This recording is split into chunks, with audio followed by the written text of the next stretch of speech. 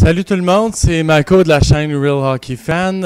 Aujourd'hui, j'ai envie de vous présenter une vidéo sur les masses salariales des équipes. Là, on est... bon, je ne sais pas quand est-ce que la vidéo va être postée, là, pour être bien franc, mais en date du 23 septembre, dans le fond, je vous donne ce qui se passe avec les masses salariales dans la Ligue nationale de hockey, les équipes qui ont plus de difficultés avec le plafond. Pour commencer, après ça, on va regarder les équipes qui ont plus de marge puis qui sont en bonne posture pour faire des transactions, pour faire des signatures de contrats, quoique c'est pas mal terminé pour tout le monde.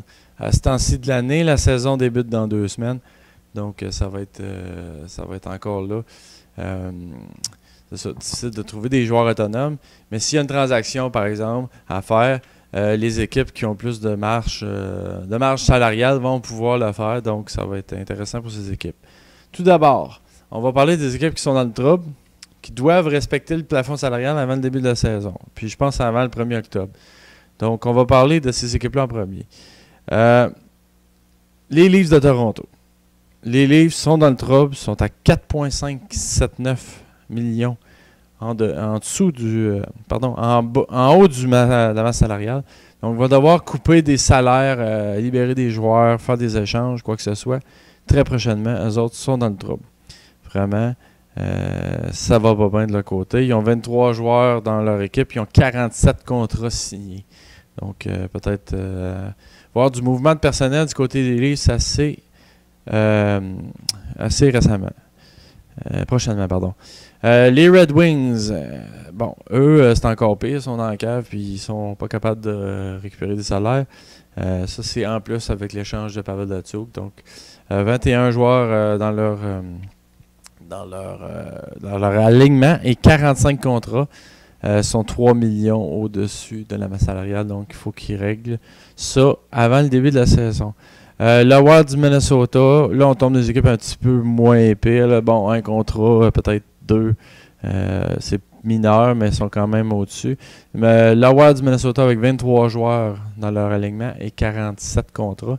733 000 en haut du masse salarial. Donc, je disais, un contrat de moins. Dallas avec 24 joueurs dans leur alignement, 45 contrats. Ils sont 196 000 $ au-dessus. C'est mineur, ils vont être capables de le faire. Chicago, qui ont 34 795 en haut du plafond. Donc, vont devoir également, eux aussi, faire de quoi avec ça d'ici à la fin du camp d'entraînement.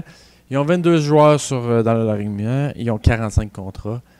Donc, ça se ressemble un peu. Les Leafs et les Wings ont du travail à faire.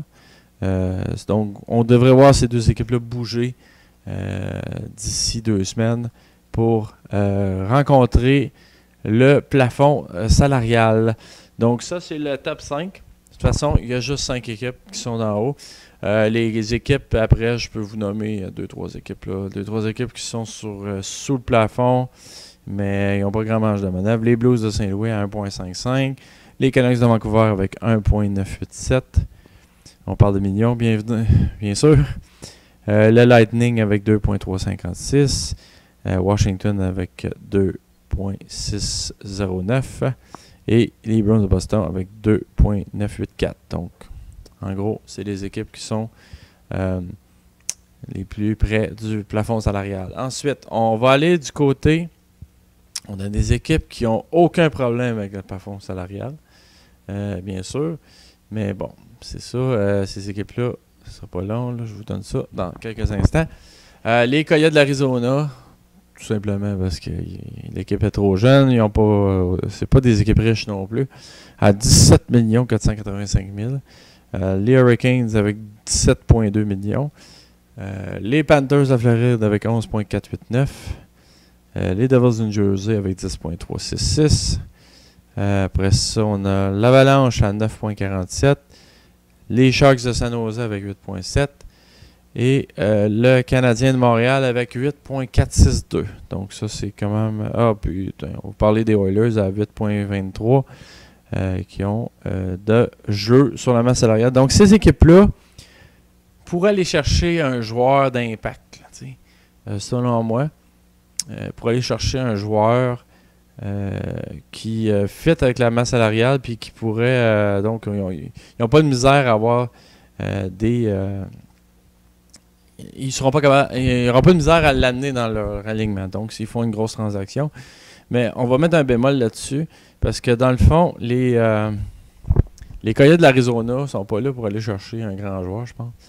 Les Hurricanes sont un petit peu plus dans le « OK, on n'est pas loin de faire les séries ». Donc, pourraient aller chercher, on l'a vu dans les rumeurs, le Matt Duchene. Donc, ça pourrait être une option pour eux, aller chercher Duchene. Ils ont les moyens de le faire. Les Panthers de Floride, je ne crois pas non plus, vont bouger. C'est pas une équipe qui bouge, qui vont dans ce sens-là. Les Devils de New Jersey sont en reconstruction, donc même chose. Je pense pas qu'ils vont aller chercher un grand joueur. L'Avalanche du Colorado, il y a Duchene à donner, en plus du 9.47. Fait qu'ils vont avoir plus encore à avoir sur leur masse salariale, à moins qu'ils vont chercher un autre contrat. Mais contrat pour contrat, eux, ils peuvent très bien le faire. Et même absorber un petit peu, même plus, donc en donnant du chien. Donc, ils peuvent aller chercher un meilleur joueur, mais ça va être surtout des jeunes joueurs qui vont aller chercher. Tant qu'à moi, du côté de l'Avalanche, les Sharks de San Jose ont libéré beaucoup de masse avec Patrick Marleau. Donc, pour aller chercher un joueur, ça, c'est une équipe qui a des chances d'aller loin en série. Le Canadien de Montréal est dans les équipes là, qui sont peut-être proches des séries, puis peut-être même proches des champions, mais pas tout à fait encore. Donc, sont dans la même gang. Les Oilers, c'est une équipe en très bonne position. Jeune équipe. Beaucoup de masse salariale, mais il faut qu'ils fassent attention, eux, contrairement aux autres équipes. McDavid a un cap hit de 12,5 millions l'an prochain. Donc, juste ça, t'es 4 millions dans le trou par rapport à ce que tu as là présentement. Ou 3,5 parce que là, il gagne un. Donc, ça va être à surveiller. Les Oilers peuvent pas vraiment faire de transaction. Ils vont juste probablement même couper des contrats. Ils voudront pas signer certains joueurs à cause du contrat McDavid, mais tu n'as pas le choix. Quand tu as un joueur comme McDavid, il faut que tu le signes. C'est comme Montréal avec Price. Tu n'as pas le choix. Il faut que tu signes ce joueur-là. Donc, ça résume pas mal la situation des équipes avec leur plafond salarial en début de saison. Donc, voilà. C'est pas mal. Je voulais faire un petit résumé pour vous autres. Regardez un peu...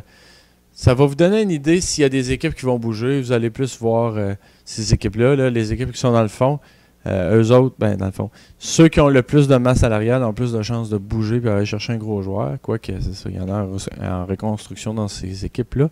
Mais du côté des équipes qui sont dans le trouble aussi, eux autres n'ont pas le choix de bouger. Donc, ils sont vulnérables à bouger. Donc, Toronto, Détroit, très vulnérables à bouger. Donc, on devrait voir quelque chose bouger là-dessus. Colorado avec la situation de Matt Duchene. Et bon, l'autre équipe qu'on voyait, c'est les Hurricanes de la Caroline qui pourraient bouger également. San Jose Montréal, ça va peut-être être en plus en milieu de saison et chercher un gros joueur pour tout dépendant de la saison qu'ils connaissent. Vont-ils, c'est ça, si le Canadien ou les Sharks connaissent une très bonne saison, aller chercher un grand joueur pour faire une poussée pour les séries puis même aller plus loin. S'ils ont une mauvaise saison, ben là, ils vont peut-être attendre plus à l'an prochain pour aller dépenser leurs 8 millions. Parce que c'est sûr qu'il n'y a pas trop de signatures à long terme, à part Pacioretty à Montréal, entre autres. Donc, voilà, c'est mon résumé pour le cap salarial. Donc, ça m'a fait un grand plaisir de vous jaser encore une fois. Petit pouce vert, petit pouce bleu, c'est mon gilet là, qui m'a induit en erreur. Pouce bleu vers le haut si vous aimez ça. Partagez si vous pensez que vous pouvez... il y a d'autres gens qui peuvent aimer ça. Puis, si vous avez aimé ça également. Puis, commentaires, opinions en bas, dans les commentaires. Fait que j'aimerais savoir vos commentaires, vos opinions par rapport à tout ce qui est la structure du vidéo, le contenu, les faits, n'importe quoi. N'importe quoi. Vous avez envie de partager, je vous invite à le faire. C'est bien important pour la progression de la chaîne. Essayez d'être constructif. Mais c'est sûr que si vous avez de quoi que vous n'aimez pas, vous pouvez quand même le dire. C'est quand même important que je le sache. Donc, merci de votre écoute. Puis, on se revoit dans un prochain vidéo. Abonnez-vous à ma chaîne, s'il vous plaît. Merci.